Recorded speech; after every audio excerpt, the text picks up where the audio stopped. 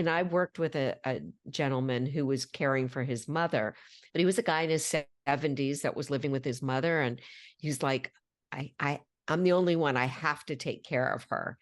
And as we worked for a certain period of time, we got to find out the value that he was finding from that. And he switched it to, I get to take care of my mother and I get to give back to her. I get to appreciate her in a way. And it just shifted the stress level for him and the resentment that he had towards other people. And it's, we have to do it in a context that feels really real. We're not going to say to somebody, oh, I get to, wipe his ass. Yay, that's so much fun, right? This is the Recovery After Stroke podcast with Bill Gassiamis, helping you navigate recovery after stroke.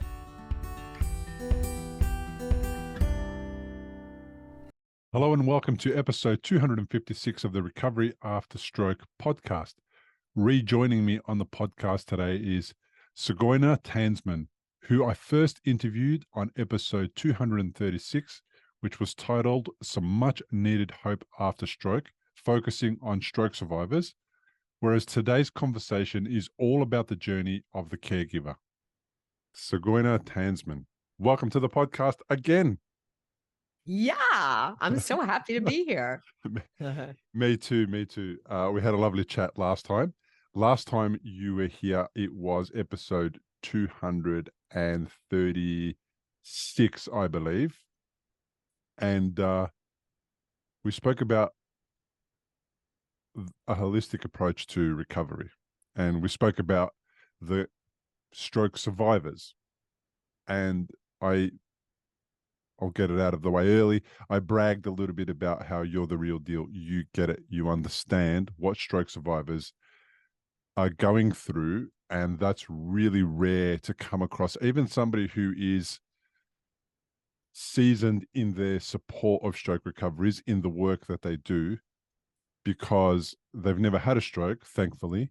And often they don't particularly understand some of the more nuanced issues that stroke survivors go through. And when we spoke for episode 236, I felt like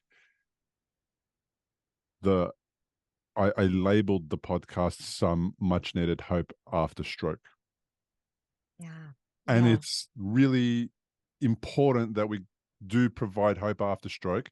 We provide a vision of the future for what recovery could be like. We give people the opportunity to get through the really tough times of acute stroke recovery, early stroke recovery, and then we hopefully support them and guide them gently through all the stages. And then say a decade later, they come to the other side and they may have been, I'll use a pretty Australian term, banged up because of stroke.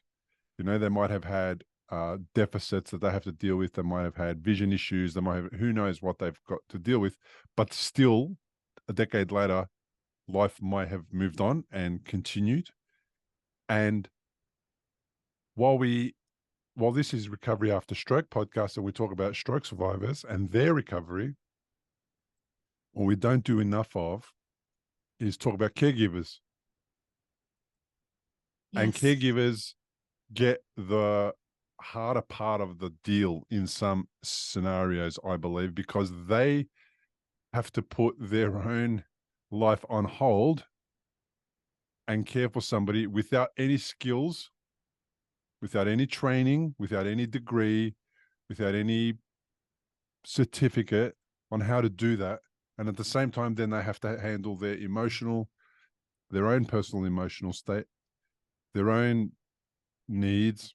And often they neglect all of that. They let go. And all they do is focus on the stroke survivor. And I think there's a statistic about it, but I don't know the number exactly. But I think it is the people who are less likely to pass away after caring for an ill person in their family is the caregiver.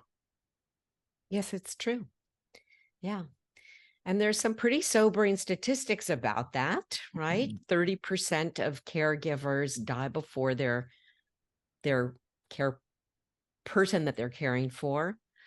And they have a higher rate of death than, like, a 67% higher rate of earlier death than the average population that's not in a caregiving position. Wow. And I will tell you that when I have said that to some caregiver groups, I have had some people get pretty angry at me. And they didn't want to hear it. They didn't want to hear it. And I think one of the reasons they didn't want to hear it is because they felt like there was no way out of that. And I believe that there truly is. They Bury your head in don't the sand have to doesn't. be a statistic. Yeah, burying your head in the sand doesn't work, regardless of what the situation is. Whether you're denying that you've had a stroke or you haven't come to terms with it yet, whether you're denying all the things that you've put on hold your entire life to care for somebody who's had a stroke, burying your head in the sand is not going to make it go away. In fact, I think it's doing a disservice to you to bury your head in the sand and pretend that you're not struggling because you're a caregiver. Yeah. And it's okay to say if you are. Yeah, it really does not help anyone. But I think that the resistance to acknowledging that is so fearful for some people, especially because they're fixed in their thinking about how and what they are expected to do as a caregiver. And it's interesting that you said people put their life on hold. And that's kind of true, but not entirely true, because the caregiver's life goes on.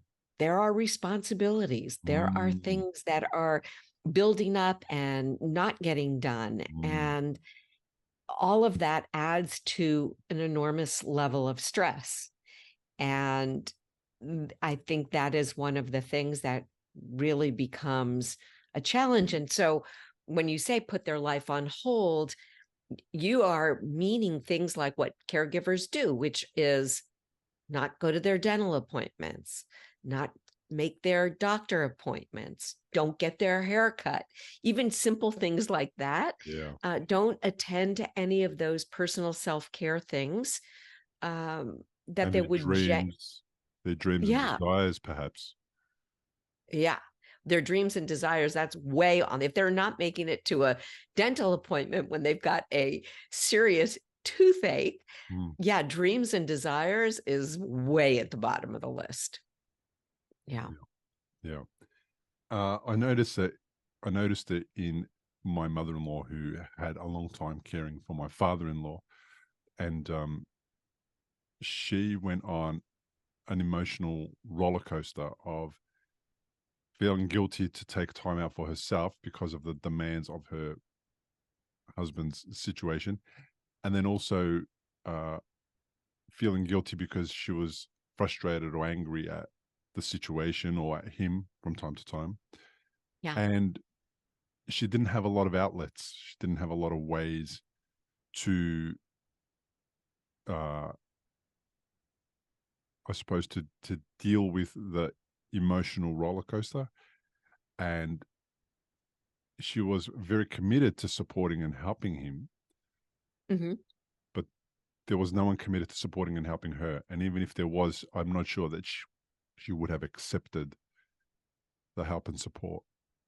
And that's definitely a point that I hear all the time. And you describe this kind of teeter-totter version of balancing between guilt and resentment, right? Guilt and anger, guilt and then overlaid guilt that you were angry or resentful, right? So we get very meta here, and it seems like there's no way out. Most of the time, in a situation where there's a caregiver and a survivor looking, people are always asking about the survivor. How are you doing? How are you Mm, coming along? And then the person who's providing all the support, whether it's the driving, the feeding, the laundry, the transferring, the setting up of appointments, dealing with the insurance, getting the benefits, all of that is dismissed, unappreciated, often from the person, the survivor, as well as any of the family members.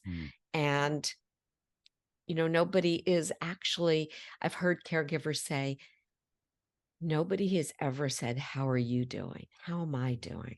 Mm. And just wanting the ability to answer that question. And you're right. A lot of times caregivers then take on this, nobody can do it like me. Mm. And that prevents them from moving on with any of the individual activities, whether it's even a walk outside, because they're going to put their loved one in the care of somebody else. And on the caregiver's part, there's that nobody can do it like me. I know exactly how my loved one needs to be toileted and fed and dressed, and they won't respond to you. The only person they'll respond to is me. And that unwillingness to experience their own discomfort in letting somebody else try something. Yeah. And also, what I saw from the other end was my father-in-law saying, nobody else is going to come in the house to help, because he was embarrassed, because showering and toileting is a difficult thing to go through. So he was put in that situation. He had no choice when she passed away. And even then, he wasn't happy with it. He, so to speak, went down kicking and screaming in that, he tried to resist that as much as possible. It was his biggest fear. And he overcame that fear when she was no longer around, and he was stuck and he had no other way. The family supported him as much as possible, but all the family members that supported him have their own lives. They didn't live in the house with him. They're all adult people who work and have kids and do all that kind of stuff. So there was a real lack of support. And then there was government caregivers that made the transition into the house to support where they could, and they've been there for quite a while, and there's been some adjustment, but that's worked out. But even then, when I noticed that even when caregivers, the paid kind, have to be changed over, or they're different, or they get sent elsewhere, there's even the same resistance with losing somebody who was a caregiver that knows the routine, and now there's a new person, and oh my gosh, now I have to tell the new person what to do again. So there was a lot of underlying things making it very difficult for my mother-in-law to change the system. And she was in her 70s, so she didn't have a lot of energy to fight and argue and do all that kind of stuff. She also didn't have the resources to do that. She didn't have the support to do that. We didn't know that she needed to do that. So it was such a challenging time. And now I remember often what it was like for my wife to go through the caregiving role with me, and how difficult it was. And even though I didn't need toileting and all those things, I didn't make it easy, because I also didn't know what I was doing. I had no idea what I was doing. Yes. And then we add sleep deprivation to that. Whether it's the stroke survivor that's not sleeping through the night, that's keeping the caregiver up, or just that both parties are having difficulty sleeping. It's different. These are new adjustments. It is not the preferred choice, for sure. Whether it's having a caregiver shower you and bathe you and help toilet you, definitely not the preferred choice, especially if a person has always been very private. And yet there's a great deal of surrender that takes place. A lot of times that surrender takes place in the hospital from the very beginning. People are walking into your room. I don't know about in Australia, but here in the States, I was very aware that, for the most part, professionals that are entering the room don't knock on the door even. It's as if like there is no privacy. And, from the nursing staff's point of view, they've seen it all. But there's a human being there that has not been readily exposing their behind to people and having them wipe them. It is pretty damn humbling. I have a story about that. Yeah. Oh, I bet you do. So I went into surgery. I came out of surgery, and of course, one of the first things they want you to do is go to the toilet and move your bowels. And I couldn't move my bowels because it was, things weren't working or whatever. It was a couple of days after surgery, and they gave me some oral, what do we call it? Oral laxatives. And of course, they kicked in at some point. And when they kicked in, I couldn't walk yet. I hadn't been to rehab. I couldn't walk. So I was in a wheelchair. And I was pressing the buzzer. And the nurse was busy elsewhere. And then I had to go. And there was moments left, So I dragged myself as much as I could out of my bed, which was a big no-no, I learned later. Dragged myself out of the bed, positioned myself in the wheelchair and pushed myself towards the toilet, which was just at the end of my bed. Got to the toilet, opened the sliding door, went in, and I think I hadn't started to move onto the toilet yet. And I got busted. The nurses came and said, "Oh, hey, what are you doing?" I said, "Look, I had to go to the toilet. I pressed the buzzer. You didn't answer. Okay, understand. I needed to go, so here I am. So just get me up here and let me do my thing." And they said, "Oh no, we have to stay in here and watch you." And I said, "Oh yes." What do you mean? No one told me that. I didn't sign up for that. Get out. No, we have to stay. Get out. No, we have to stay. Please, please, please. I will not move from this location. I will sit here. I'll do my thing. Just stay outside the door. Just please stay outside the door. And as much as I was busting, the need to go to the toilet went away. Let me tell you, immediately when somebody said to me, I'm going to sit here and watch. Yeah. I mean, what do you talk about in those moments? So yeah, I get it. Yeah. Well, there's so much about that story. It's so interesting. First of all, there's sort of a well-known joke that if you're in the hospital and you and you want an hour of quiet, just press the call button. Which I'm sorry to all the nursing staff out there. I really do know that you have a very, very difficult job, but that does seem to happen a lot. And that's a big complaint. And the whole thing about toileting on your own in the hospital, the greatest number of falls occur in the bathroom. And it's the worst place to fall because the surfaces are hard. It's most likely to have a head injury in that case. And, obviously the hospitals want to protect your safety, but yeah, it is not, that's the first place you learn like, wow, no privacy, all humility gone. And everybody's talking about how big your bowel movement was, how many it was. It's like, all right, like you might as well just share everything, get to know me. So, there's an interesting thing that just happened. I spoke with a caregiver about this man was in his late 80s. If you've had a stroke and you're in recovery, you'll know what a scary and confusing time it can be. You're likely to have a lot of questions going through your mind. Like, how long will it take to recover? Will I actually recover? What things should I avoid in case I make matters worse? Doctors will explain things, but obviously you've never had a stroke before. You probably don't know what questions to ask. If this is you, you may be missing out on doing things that could help speed up your recovery. If you're finding yourself in that situation, stop worrying and head to recoveryafterstroke.com, where you can download a guide that will help you. It's called 7 Questions to Ask Your Doctor About Your Stroke.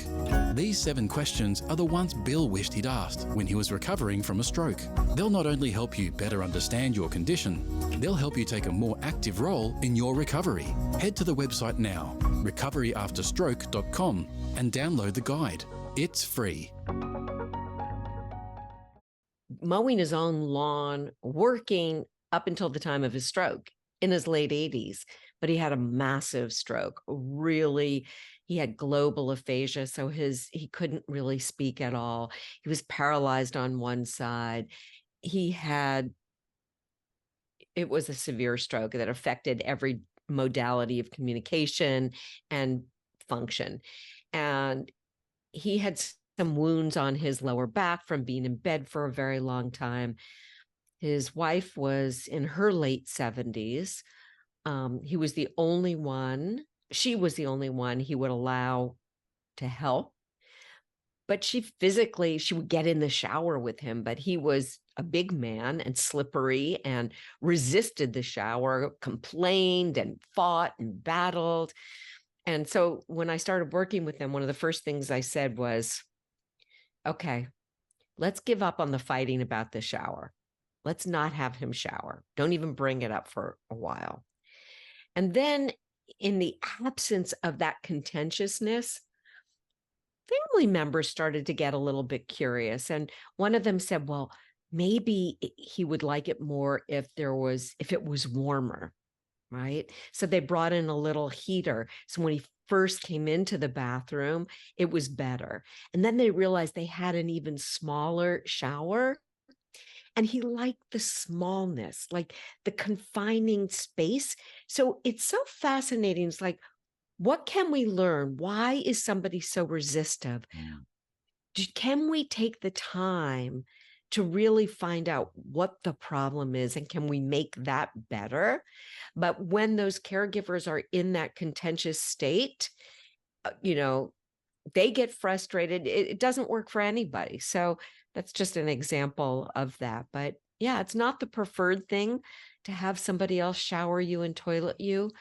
But as we can see, when there was literally no other option, he did start to accommodate. Yeah. I mean, it's a big deal. You've lost all of your identity, and now all of your privacy happens all at the same time, and it's a big adjustment. I mean, moments ago you had all of those things, and now you don't. There's definitely going to be a time of adjustment. Same with the caregiver. The caregiver had a functioning family member, and now they don't. There's got to be some adjustment, and complications in the relationship may have just got more complicated, all sorts of things. So I understand the whole difficulty and the complexity. I just feel like, and that's why I love having these conversations, because there's more awareness needs to be raised. And I'm not sure whether the caregivers who listen to this or the stroke survivors who listen to this will learn something and then feel like they can make a change themselves and accept something a little better, or look out for each other, or whatever. Mm-hmm.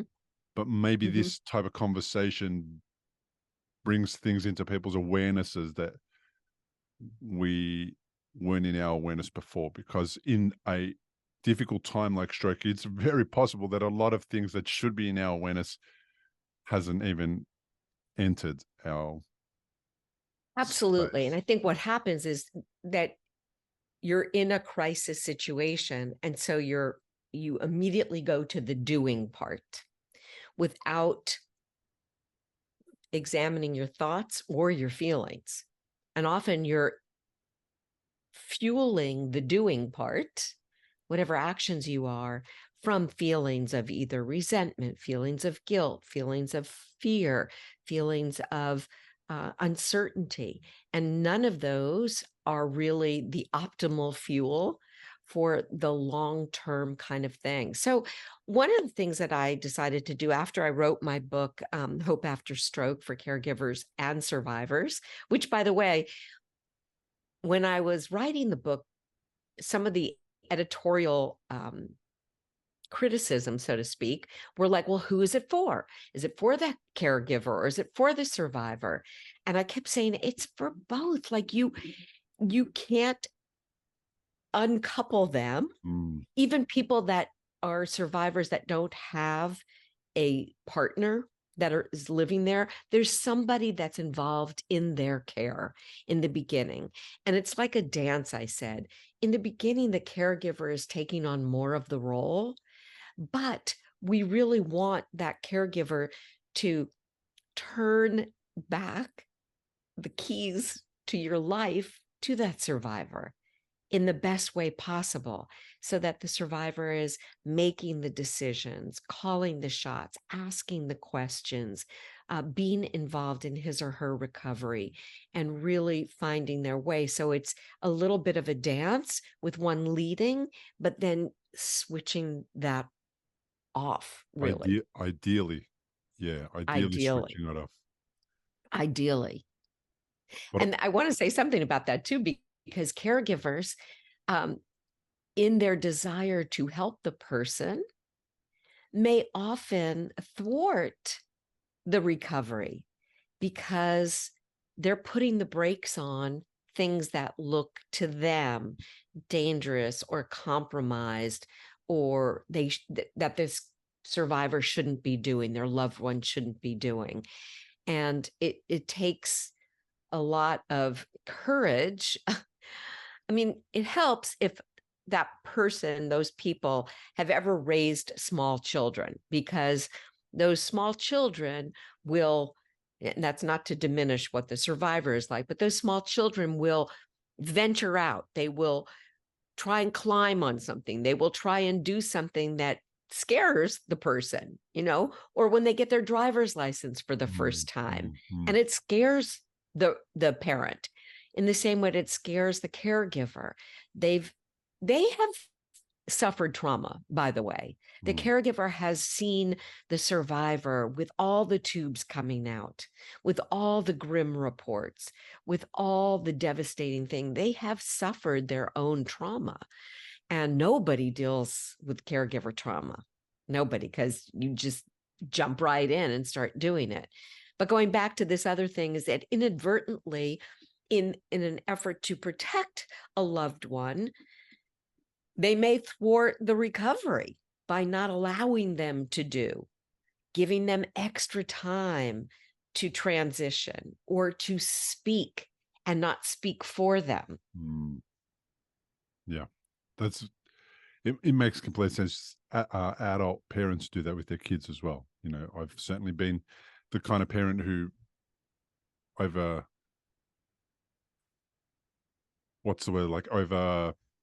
worried about something that was, difficult. And as a result of that, probably put the brakes on which was my intention, to put the brakes on my child's task or whatever it was at the moment, at that time, but not realizing what potentially the deeper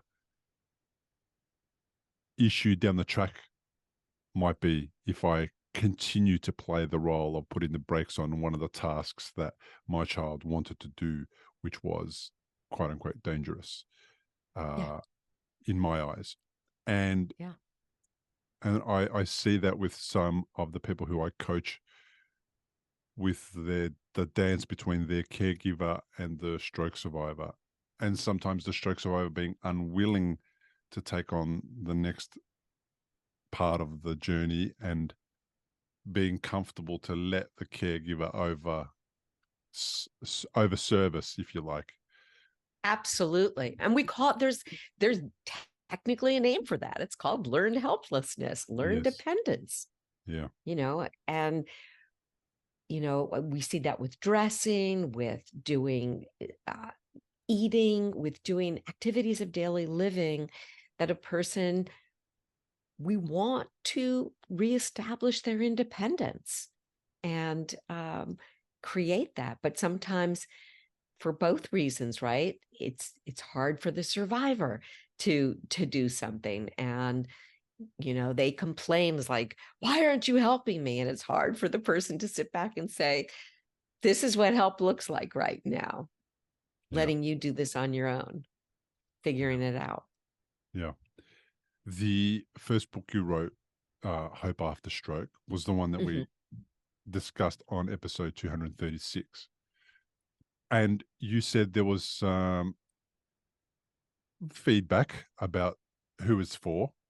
Mhm. And there was a difficulty in people who were outside of your world, the amazing work that you do, and my world, the stroke surviving world, to kind of understand who is a book for. Hope After Stroke. It seems such a broad statement. Oh, we're going to offer hope after stroke, but the reality is, it's for anybody and everybody. And if you just take the word stroke away, you can just put some other word in there, and realistically, the lessons from that book are applicable to anybody in any part of life. But I I've understand, heard that. Yeah, I've heard that from so many people that have read it. Yeah. yeah, they really are, right? But the problem with the work that you do and the work that I do is we work with stroke survivors often, and we need to find our market. So what we do is we tune the wording so that somebody who's been in the situation of stroke can very easily understand that it's definitely for them. Yes. That's the Yes. challenge that I had with my book. Okay. So my book's called The Unexpected Way That a Stroke Became the Best Thing That Happened. Ah, uh-huh. Okay. But it's not about stroke. It's about general things that happen in life for everybody, whether they've had a car accident or a cancer diagnosis or whatever, a heart attack. The lessons and the way that all the other stroke survivors who I interviewed got to that stage was they went back to some basic fundamental things that people go back to when they are in need of dramatic change in their life. Yeah. Yeah. You're right. And these catastrophic events, it doesn't matter whether it is a stroke or whatever, but there are some fundamentals, like you say, there definitely are fundamentals. And there are definitely things in my book that are very specific to stroke, the language, for example, Mm. that you need to know, because as you well know, I'm sure your wife got a crash course in medical language, as well as you. It got a crash course Mm. as soon as you enter the hospital, and all of a sudden, or learning about brain anatomy, which, 5 minutes before that was not on your game plan, right? Yeah. Suddenly you can read an MRI scan. Um, Yeah. You have to be able to communicate with the neurologist and the surgeon and this guy and that guy, and you need to be up for the task. And that's kind of what the book does, is it helps us to get up to the task of understanding your book, up to the task of understanding the things that we need to understand to specifically deal with stroke.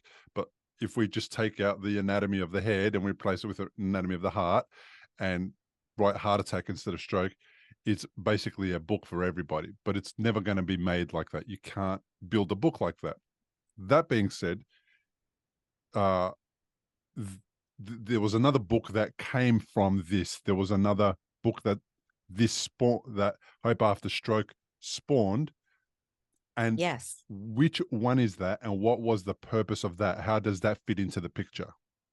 Yes, I'll show it to you. It is the Caregivers 12-week recovery, 12-week journal and workbook.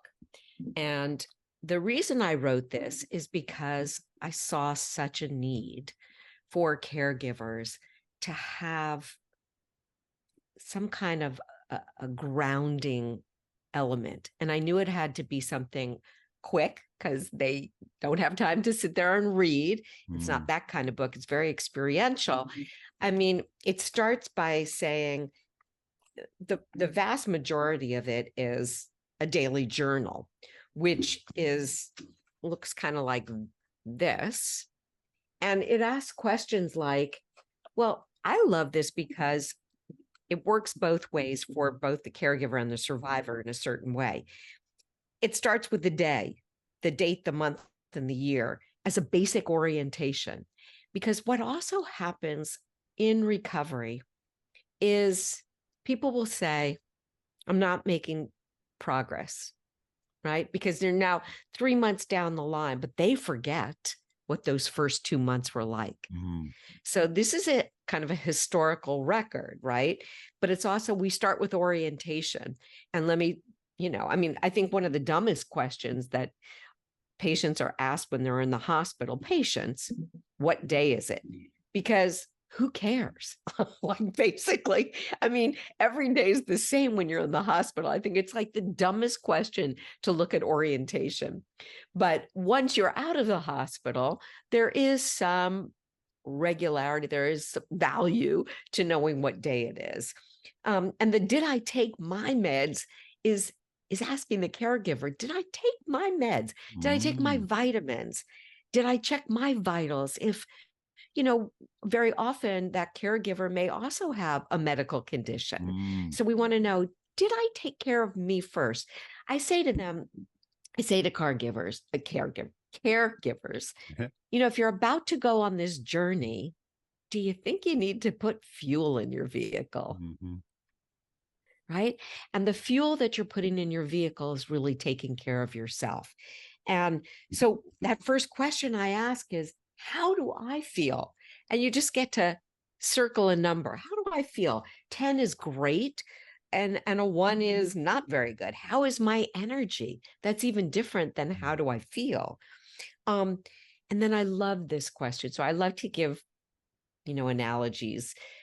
And I say to people all the time, when you're baking a cake, what's the very first thing you have to do? And people go, well, get out the great ingredients. I said, well, that's great. That's important. You need those ingredients. And they would mix it up. I said, well, that's also important too. And the first thing you have to do is turn on the oven. You have to warm that oven in order to prepare it for accepting something to rise. And I liken that to preparing yourself. You have to warm your own internal oven, your own internal spirit. And when people say that the first thing they do is turn on the news, I go, back it up, back it up a little bit, because that is a way to tune yourself to every problem in the world, every disappointment, every negative thing, whether it's the world economy, whether it's the fires, whether it's the air quality, whether it's the catastrophes. It's not to say that you want to bury your head in the sand about that, but don't make that the first thing you do to set your day. You Maybe definitely do it don't need to after know. this. You definitely don't need to know about the collision that happened in the country 12,000 miles away. Yeah, you don't. You definitely And you don't don't need need to to know hear about it. about it every 15 minutes. I don't know if the Australian news is the same, but it just runs on this Yeah. loop. Yeah. So then I say, what do or can I appreciate? Sometimes the word grateful triggers people to like, there's nothing I can be grateful for. But they might say appreciate. Like, can I appreciate like a warm cup of coffee? Having the same cup exactly as you. I know. I just think that's so amazing. In different continents, amazing. Cheers. Likewise, like thinkers. So that's one thing. And then that's the spirit part. And then the mind part is like, write a goal or an intention for the day. I am feeling what, so that I am doing something so that I feel. But honestly, really, I would change it now if I would do this again. It's like, I feel certain so that I'm doing what, right? What am I going to do? Just one thing that would just be like great. Like maybe it's, I am calm so that I can interact with my loved one without yelling today. I mean, that would be a huge win. It is. I have to say, the thing you said about the news, the first thing in the morning, I don't watch any of the, I'm going to call it traditional media, Mhm. information type of networks at all. And the whole reason is because there's never good stories on there. You never hear a story of recovery. You never hear a story of overcoming. You never hear a story of success.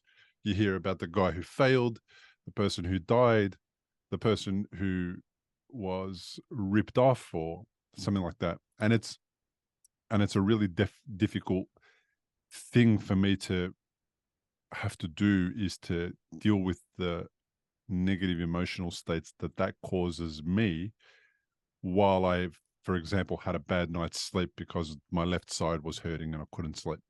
So I'm already in a situation where I'm struggling to get out of bed in the morning because I've got a day to get to. Last thing I need is to bring my level of struggle higher and to make it even harder by impacting my mental health and my emotional health in a negative way by seeing the thing on repeat on the negative news, you know? Yeah. So I've got to say, it's something that I haven't done for a very long time. And you hear about the traditional news channels say, well, where do people get informed from? How do people get their news and all that kind of stuff? It's like the book that you and I wrote. So my book's not out yet, by the way, in case anyone's wondering. But your book specifically says much needed hope after stroke. And the other one specifically says caregivers in the title, so that people who have been through those journeys know that it's for them. Same with my book. But the news, it doesn't bring us specifically the types of bits of information that we are going to benefit from and love to hear from. There's no benefit in learning about the collision, about the drama in another country, about the flood in another country. You might think there is, they might tell you that there is, but you, little old you living in the middle of nowhere, actually benefits zero to that. So that it's like unnecessary news. It's actually taking up space in your mind, where the better thing to have in your mind would be, what's the great recovery story that I want to know about for somebody who's been in the situation that I'm in? And if you do a Google search and you tell Google, I'm looking for inspirational stories on stroke recovery, they're not going to bring you the junk that you need to get through to get to the inspirational story. They're just going to get you inspirational stories. So if you choose your words and your searches wisely, and you want to get specific about exactly what you need, I feel like a Google search with the exact keywords that you want to find is going to specifically bring you that. And then you can feel your day and your brain and your mind, and you can use your energy in a way that's going to support you, your caregiver, and the stroke survivor in recovery. And it's not going to make you feel worse. It's going to make you feel better. Absolutely. We have to be so vigilant about our emotional well-being. And we have to choose the people, the language, the stories, the environment that supports that, because you're 100% right. Like, that other energy is depressive energy, and you need all the energy you're going to get through recovery. You need to be uplifted. You need to be spiraling upward, Mm, not spiraling downward. mm. 100%. Um, The book seems there, to be, your book there seems to be an amazing way for somebody to track how they're going. And hopefully what it will do is, say they're tracking 2 or 3 days or weeks of feeling unwell or not having taken care of myself. Hopefully that gives them information to say, okay, this is tracking a certain way and I need to pay attention and I need to do something different because I don't like the way this is tracking. I'm in a pattern that's not tracking down a path that I would prefer for, say, a friend of mine who was a caregiver. If I was noticing those patterns in that caregiver, mm-hmm. I would bring them into their awareness. I would say, hey, this is what I'm noticing about how you're going about caring for yourself. Maybe I need to look after me. Yeah, absolutely. And we've got this like journal that shows that. Mm, And and then we look down at what's today's most memorable event or achievement. Look for evidence of small wins. wow. So we're getting to look at that. And at the bottom, it's like, did I, asking that question, did I drink water? Did I eat healthfully? Did I practice mindfulness or meditate or pray? Did I move my body and exercise? Did I connect with community and practice self-care? Like all of those things at the bottom are the best health, life-giving things that you can do. But, it's interesting that you said, if I was tracking this, I might say something. And in fact, every week at the end, there's a list of questions too. Wow. And the questions, so this journal is, again, it's interesting because it's for the caregiver and part of it is self-reflective for the caregiver. But because the caregiver is in a position to be responsible for another person, we want to keep a running record of questions, like that. When you go to your doctor's appointments, like there's going to be questions that come up all the time and we forget them. We're so busy. But if we have a place to jot down, oh, there's a medical question I want to ask. There's a question about suddenly I noticed, my loved ones dropping their foot and they're tripping. I noticed that they're more agitated or their speech is somewhat better. Those questions, they can take a picture of that or bring the whole book and go talk to their medical provider or talk to them on the phone so they can remember it. Because, I don't know if, again, in Australia, but in the States, people go in and you usually wait an hour. And then you get a 15-minute appointment if you're lucky, and it goes really fast. And unless you've got your questions to ask, you're going to walk out and go, oh, I should have asked that. I forgot. Yeah. It's why I've got the download. People can go to the website and they can download 7 questions to ask your doctor after a stroke. And they may seem insignificant or minor or whatever, but the questions are simple. Where in my head is the damage? What is that part responsible for? And they're probably not the best 7 questions, but they're questions that I needed answers to. But they are questions to start the conversation so that questions can then flow and that you take the conversation in a path where you're active in the conversation rather than the doctor telling you all these things and you're just sitting there going, yeah, well, okay. And then not really getting much out of it and then leaving not knowing. Also, one of the other amazing things is that I realized recently is you can now with your phone go in and record a conversation that you have with the doctor if you get their permission, of course, Right. so that you can remember what the conversation was about, because a lot of stroke survivors do not remember. Yes, it goes fast. Yeah. It goes fast. I remember, suggesting that to patients many years ago because you go in there and you're already at a high level of stress because of this event. And we know that when emotions are high, intelligence is low. And that's for everybody. Like as soon as they give you a diagnosis, like most people just go completely blank. They just can't process it. And so yes, bringing in your phone to record the conversation, asking those questions that you had put together. I saw them on your website and they're so useful because that starts to signal that that person is involved in their own care, that they're not just passive recipients, because it's your life. Nobody should care more about you than you, right? And you've got to have those questions to ask. You've got to have a desire about where you're going. Yeah.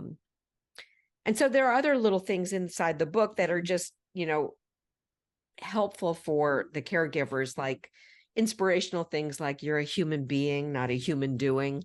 And we talked about dreaming, right? There is a place in here that is about dreaming. And I said, time to dream. Yes, you deserve to dream, plan, and do as well. And it was a dream break. 30 things I loved to do, love to do. What I loved as a kid, because so often what happens is if there's a caregiver that gets some time off, all of a sudden they've been in this routine for so long, they don't even know what to do. So we want to give them that opportunity to say, what did I love as a kid? What do I love now? What have I always wanted to try? Can I do something like that? And then planning that. putting one little thing in their personal weekly plan so that they do believe that they still have a life, whether it's, they want to go take a walk, they want to go to the mall, they want to have coffee with a friend, they want to get their nails done, or, you know, play a game with somebody. So those are some of the things that are in there. And then I like to look at this evaluation, and this is where the caregiver can really discuss with the survivor what went well this week, what can we improve. Like, you'll notice as you're doing it, you start out, nobody tells you how to do this. Like, it's like bringing a baby home for the first time, except there are a lot of books about that. Now all of a sudden you've got two adults and they're like, what and some of the stories are funny later, but some of them are really trying.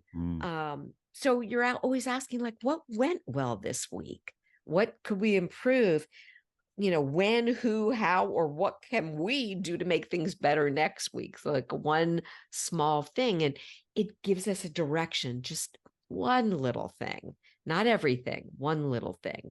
But it all started back with what you said. We've got to elevate the awareness, first of all, that this isn't just on automatic, that we are elevating our awareness. Yeah. It's awareness is probably one of the key things, because it's tied into mindset, I think. And if you can bring the right awareness, then the right mindset kind of kicks in. If you're not aware of the things that you're doing to start your day, negative news cycles, then it could impact your mindset for the day. And you might not be aware that your mindset has been impacted negatively and that you feel negative about the world or the situation or whatever, because something has happened that you've done just out of habit, which is allow somebody else to control the narrative in your mind because you switched on a certain channel on the news, on the radio, or wherever. So I think it's really important to protect your mindset with awareness, and becoming more aware allows you to put barriers around your mindset so that you can choose the mindset you're going to have. Well, the first chapter of my book is about mindset. So you can choose the chapter, the mindset that you're going to have, and run with it. And hopefully you've chosen a growth mindset and not a mindset that's stuck or fixed. And if you haven't chosen a fixed mindset, then you're going to experience a better, your role in caregiving is going to be better than what it would have been if your mindset was always going to be about no hope and no possibility of things improving, etc. So I think if we can make people aware of how they're being influenced, and then get them to switch their influence, what they want to be influenced by, then mindset Absolutely. gets a boost of support. Yes, there's no question about that. Your mindset is everything. And you mentioned growth mindset. Are you familiar with the term post-traumatic growth?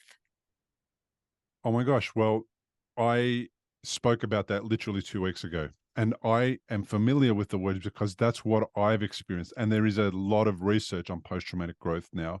The power of suffering is a very popular comment now. So I'm very aware of the concept of post-traumatic growth. And that's what I experienced after my stroke. And that's what my book is about. It's about giving people the steps to post-traumatic growth. And they might be doing a few of the steps, the 10 steps that are involved, but they're just not aware of a couple of them. And as a result of that, they're just a little bit further away from feeling like they've had post-traumatic growth. We always talk about post-traumatic stress disorder, and we hear about the opposite of it. And there's so much awareness about that. And that's great because we're helping people get out of that and overcome that. But that's what I've experienced, post-traumatic growth. So tell me about it. It's such an incredible phenomenon. That is, just like you say, where the circumstance on the outside looks like the worst, most terrible catastrophe. And yet for some people, there is incredible growth that comes, awareness, uh, a shift in priority, a shift in value, a recognition of how loved they are, a new purpose, a new direction. I mean, look at you. You never had a podcast before. This was not in your wheelhouse before. Mm-mm. And here you are educating people and serving people in the world. And I hear that from so many of my patients. A woman who had debilitating depression. She had lost a baby who died at her breast while she was nursing.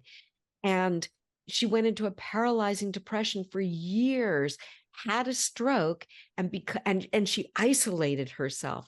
And as a result of this stroke, she was forced to be in the company of a lot of different people. And all of a sudden, this paralyzing depression was lifted from her, and she connected. And it was just remarkable who she became. And I hear that from many of my patients. A patient that was alcoholic who said the greatest thing that ever happened to him was that he had a stroke, and it freed him of that debilitating condition of alcoholism. It's like, Yeah. wow, right? Like nobody would say, hey, I think, on my to-do list today, I think I should have a stroke because that sounds like a really great way to have a good time. It Nobody doesn't. signs up for that. Nobody does. It doesn't start out good, and it might not be good for years, and it might not Yeah. seem like you're getting better for years. And for me, it probably took around 3 or 4 years for me to get to the point where I first said that this is the best thing that happened to me. And then it took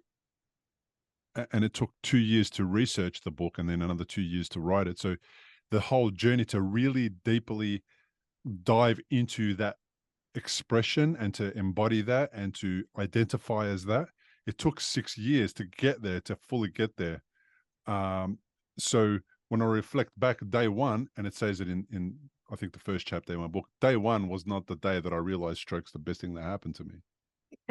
Yeah. You know, No, that was not the first day that you but figured that out. definitely not. So we've Yeah. got, there's hope after stroke. Right. To quote your first book title, there is hope for all of those things.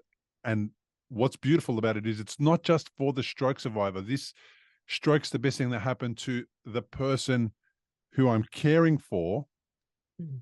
You might not say that in those words to your family, but it could be the beginning of some kind of amazing shift in the way you think about your relationship to life and your relationship to how you go about life and what's necessary to do life differently so that it serves a purpose rather than have a life which is not serving a Yeah. purpose, a greater purpose. You said something about stroke survivors going through that process and having post-traumatic growth. The amount of stroke survivors who are in week one, month one, year one of stroke recovery, who make it about other stroke survivors is just phenomenal. My podcast is full of people who want to help other stroke survivors.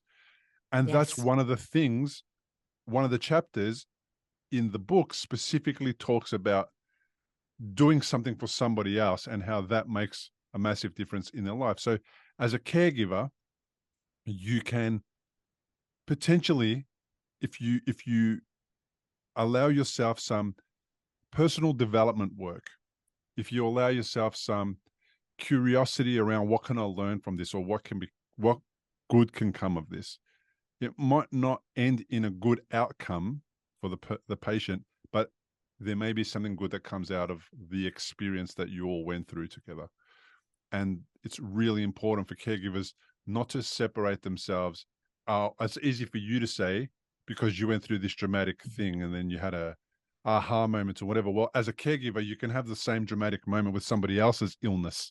They can have the illness, let them do that because they've been chosen for that. Why don't you learn from that illness that they're having and transform the way that you want to go about life and leave some of the old behaviors behind or the old patterns behind even if it's hard to do, even if it's hard for the other person who you're caring for to adjust to.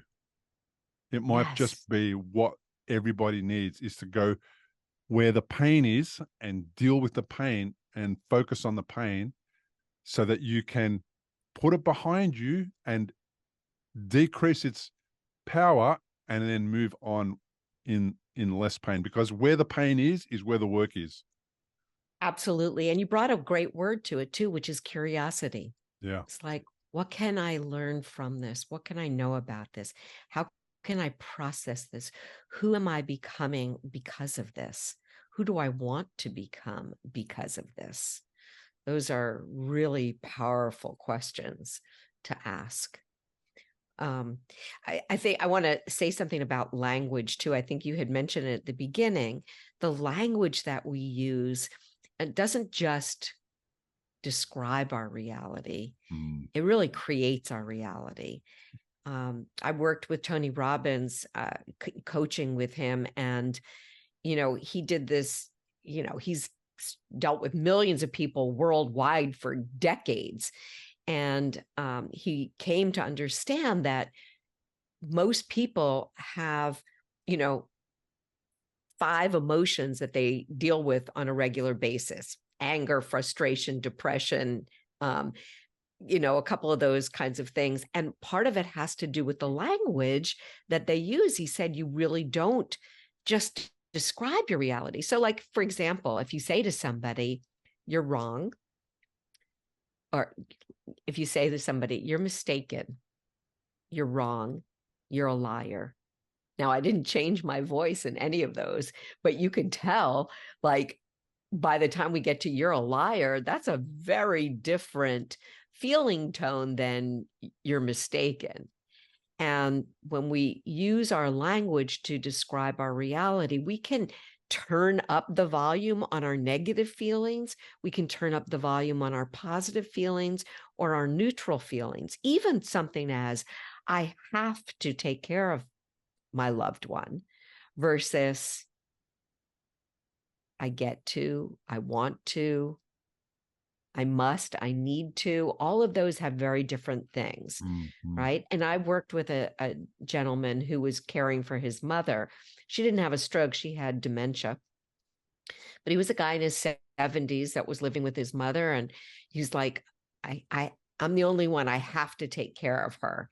And as we worked for a certain period of time, we got to find out the value that he was finding from that. And he switched it to, I get to take care of my mother, and I get to give back to her. I get to appreciate her in a way. And it just shifted the stress level for him and the resentment that he had towards other people. And it's, we have to do it in a context that feels really real. We're not going to say to somebody, oh, I get to, wipe his ass. Yay, that's so much fun, right? So, we're going to be truthful about it, but we do get to see how we shape our experience from our language. Yeah, it's true. I did a presentation a few years ago called Words Are Like Weapons, They Wound Sometimes. It's a beautiful line out of a song by the singer Cher. And she's on a battleship and she's wearing a really sexy outfit, and she's saying, if I could turn back time, if I could find a way. And then one of the key lines is, words are like weapons, they wound sometimes. And I was in rehab doing arm rehabilitation. I don't think I was walking yet, only about a week after surgery. And I was in there, and I tell the story about a gentleman I met who, I think his name was, I don't know his name, but I called him Ivan. He looked like an Ivan to me. And he had a stroke, and he was dealing with, I think, left side paralysis or right side paralysis.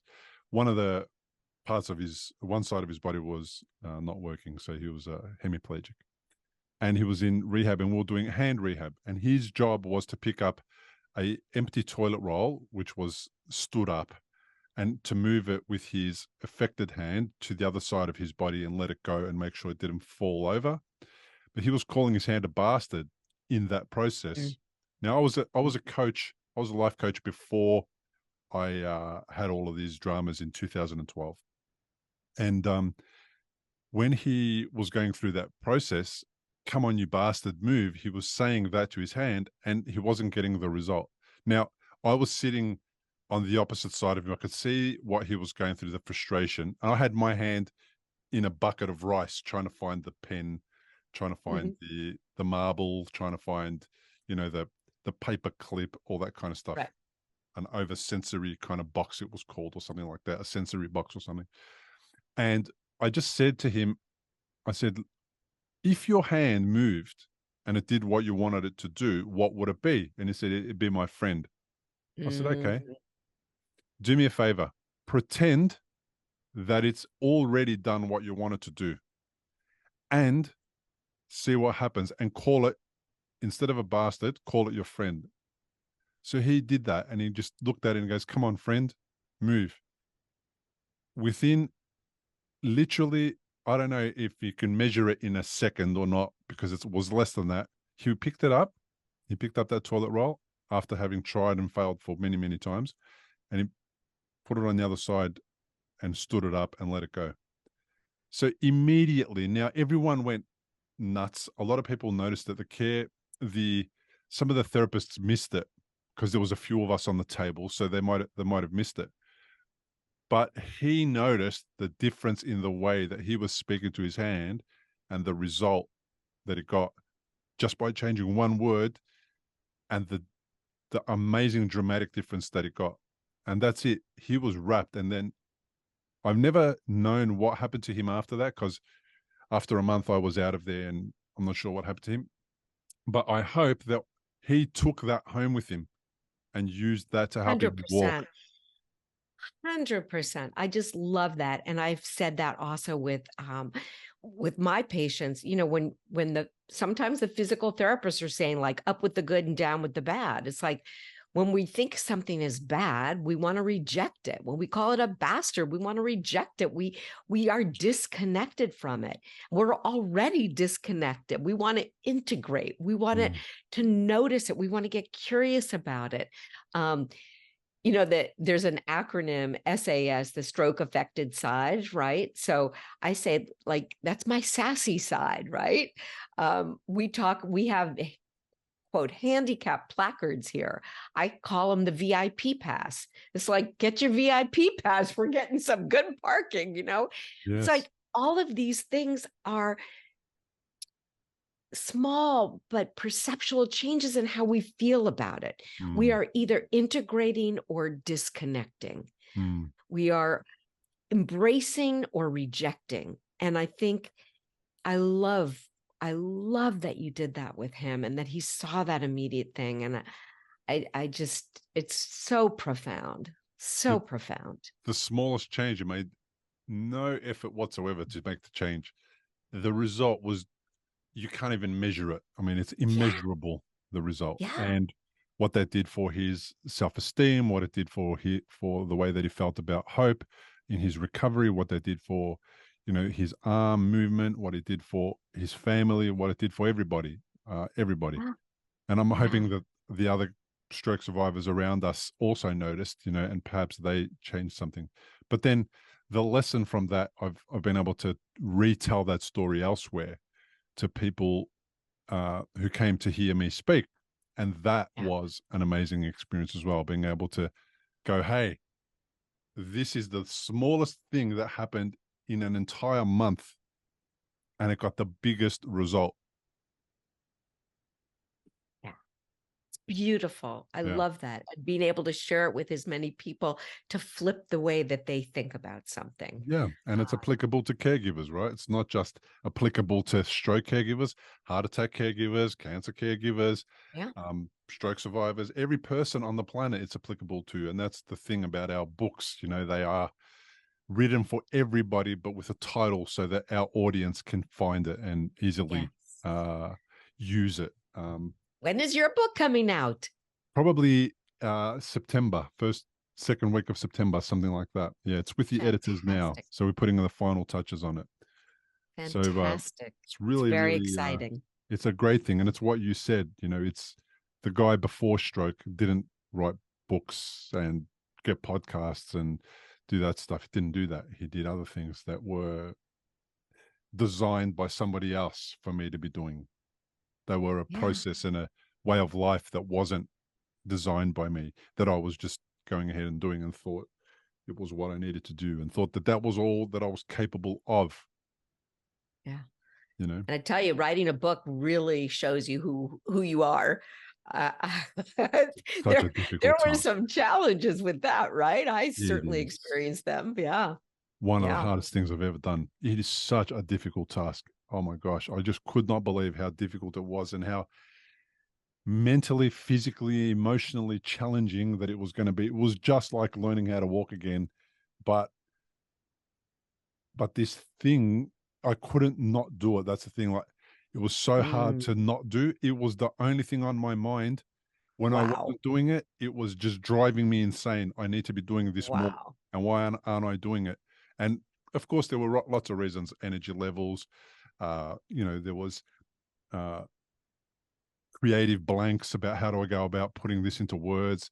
And it was giving but this was what I also learned from it, just like my recovery from stroke was giving myself time to let that come and download the way that it needed to download and to not be put under pressure by the people who had me on a 1 year deadline. And then Ah, deadlines don't work in stroke recovery. If you give yourself a deadline that I'm going to work to walk by this date and you don't get there, you get disappointed. So I yeah. used the same approach to Hmm. writing this book is I know you need me to finish it, but it's just not going to get done. So we have to take longer on It's this. not going to get done in that time frame, but That's but it. it got done. That's It it. got That's it. done. That's Exactly. So fantastic. one of the things that we're going to sort of come to the end and wrap up in a little while, but just before we do, I want to talk about, because we've spoken about uh, caregivers who don't sign up for the job. Okay, so Mhm. family members, loved ones. But what about paid caregivers? So this is an interesting little spin on the whole caregiving world. Now, they get paid to go and do something for somebody else, maybe for 8 hours a day. I feel like Yes. there's a few little traps and tricks in there that people who are paid caregivers might get stuck in or find themselves in that they weren't aware of because of the fact that they've not only obliged to do their work for the person they're caring for, but also because their employer says you have to do caring and caregiving. Yes. And sometimes I know as a therapist working, sometimes I would say to a caregiver, allow the person time to speak or allow the person, um, the ability to struggle with what they were doing. The physical therapist would mention that as well. And the caregivers, the paid caregivers, felt like unless they were doing, somebody was going to report them for not doing, that they weren't doing their job. So it is a tricky little place to provide service for them. And we would say, well, okay, what are some other things you could do that would be useful in providing care and being here for the family and, getting the bigger needs taken care of, but that still allows that person their level of recovery, of failing, of learning how to do it better and getting better at it. And so it's an ongoing process. It's not like a one and done, because ideally what you're seeing with over a period of time is that the person is getting better. The survivor is getting better. So we're doing less and less for them. How can we make it easier? Like I worked with one care provider, that would just dress his patient. And the patient or the survivor had no say in anything. So I started by saying, okay, instead of just dressing him, either bring him to the closet or bring out two things. And he was at a cognitive level where he needed simple choices. It's like, do you want the red shirt or the white shirt? You choose. Do you want the blue pants or the green pants? So that there was some autonomy. So, and he had to use his language to even ask for it, or he had to gesture. He had to show in some way that he was, making his needs known. And then, taking him to the sink, given what his skills were. Like I already knew from the occupational therapist that he could brush his own teeth, but he needed some setup. So it's like, okay, provided here, because before the guy was just brushing his teeth. It's like, let this person do it. Even if he makes a mess, he's going to make a mess. Mm-hmm. That's okay.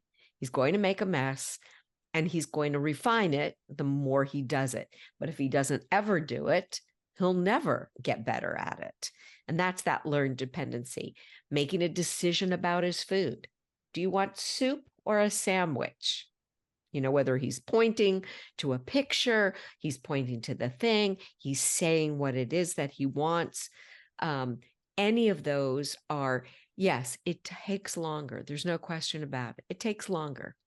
But that is the active role of a very good caregiver that can see incrementally little changes.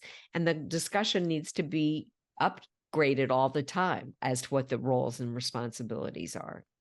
I have a feeling that occupational therapists, physical therapists, speech therapists, all sorts of people who are in the therapy field would be really good caregivers, so to speak, because they would know where the lines are drawn. Okay, well, I think I'm going to let you do that on your own, because if I do it for you, you won't learn, because they've been schooled and trained in that space. Yeah. But often paid caregivers are not often trained. They are just somebody who signs up and says, I'm looking for a job. And then the job is go and care for this person for an hour. They might get some basic training, but they don't have the in-depth, detailed understanding and the schooling to really understand where they are getting in the way. And for the sake of doing their job efficiently and quickly, or to make sure that they don't go over the allocated time that they're given, they might choose to do this for that person instead of letting that person go through the process. Yes. And that's where we end up in this learned helplessness or learned dependency. So it is a tricky balance. And, very often families go through multiple caregivers until they find the right fit.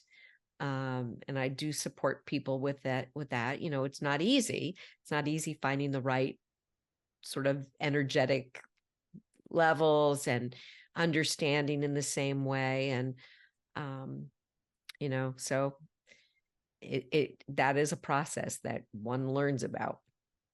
Well, this has been, again, an amazing conversation. Thank you so much for being on the podcast, again, doing the work that you do, having written the books that you've written. I really appreciate the fact that they exist, because they're books that are desperately needed by the community.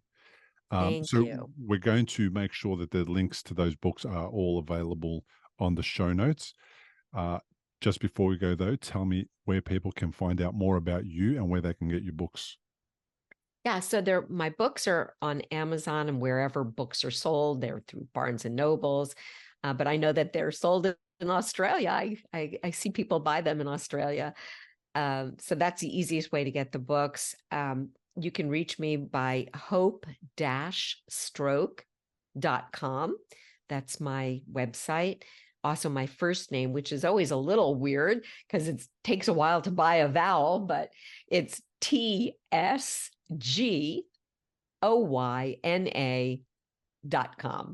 Once you get the TS, like tsunami, goy rhymes with boy, and then there's na. So that's pretty easy. Tsgoyna.com. Tsgoyna. I've said it twice already and I'm getting it wrong again. Tsgoyna. Tsgoyna.com.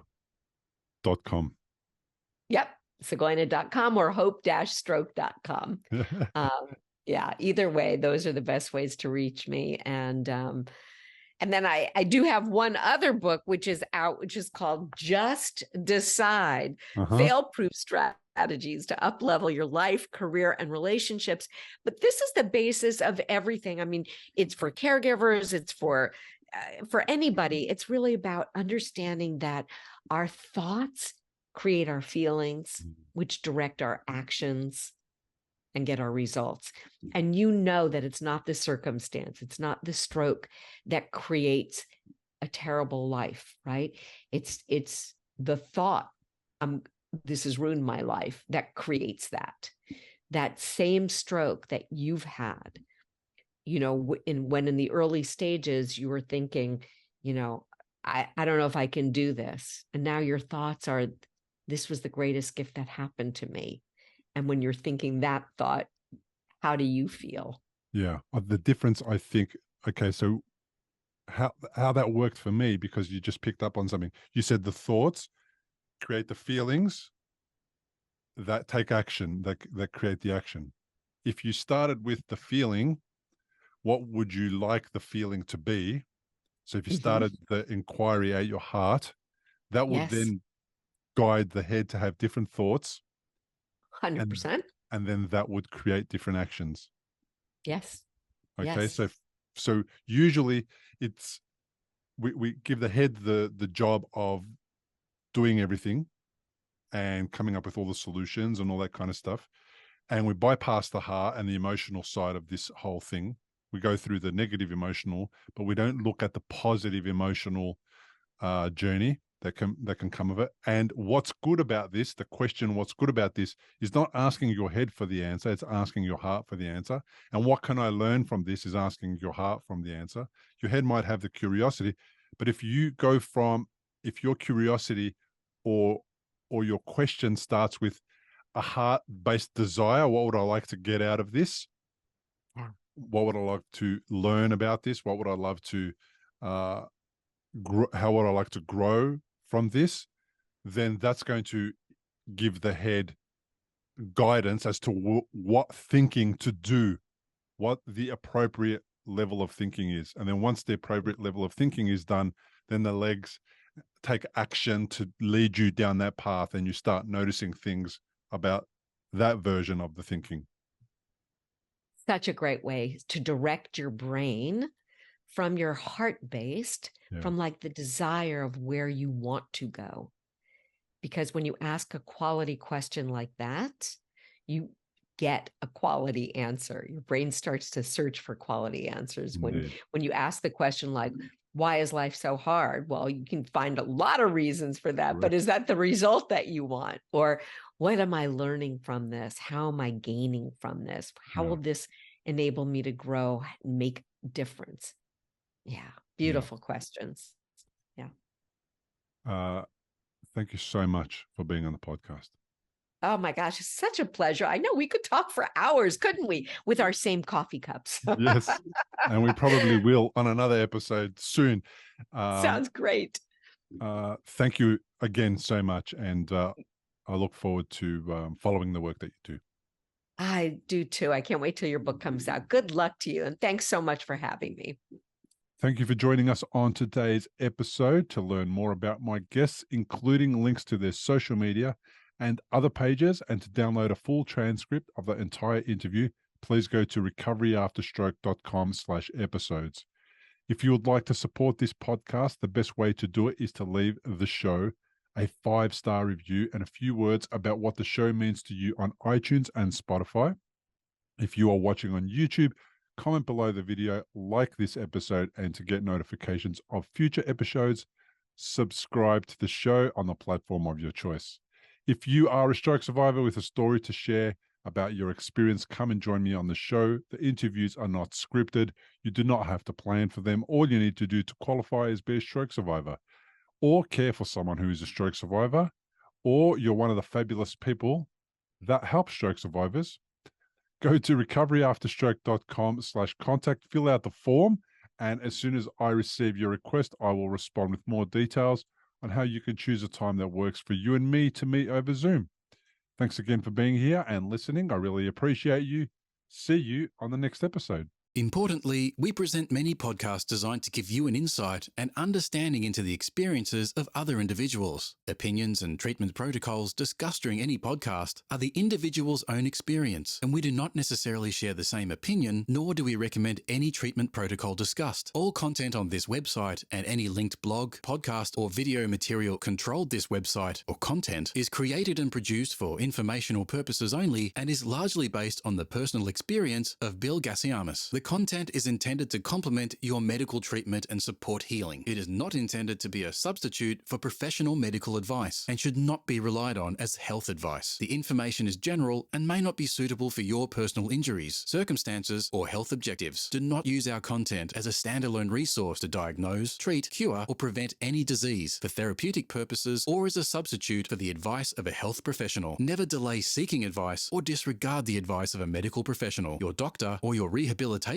program based on our content. If you have any questions or concerns about your health or medical condition, please seek guidance from a doctor or other medical professional. If you are experiencing a health emergency or think you might be, call 000 if in Australia, or your local emergency number immediately for emergency assistance, or go to the nearest hospital emergency department. Medical information changes constantly. While we aim to provide current, quality information in our content, we do not provide any guarantees and assume no legal liability or responsibility for the accuracy, currency, or completeness of the content. If you choose to rely on any information within our content, you do so solely at your own risk. We are careful with links we provide. However, third-party links from our website are followed at your own risk, and we are not responsible for any information you find there.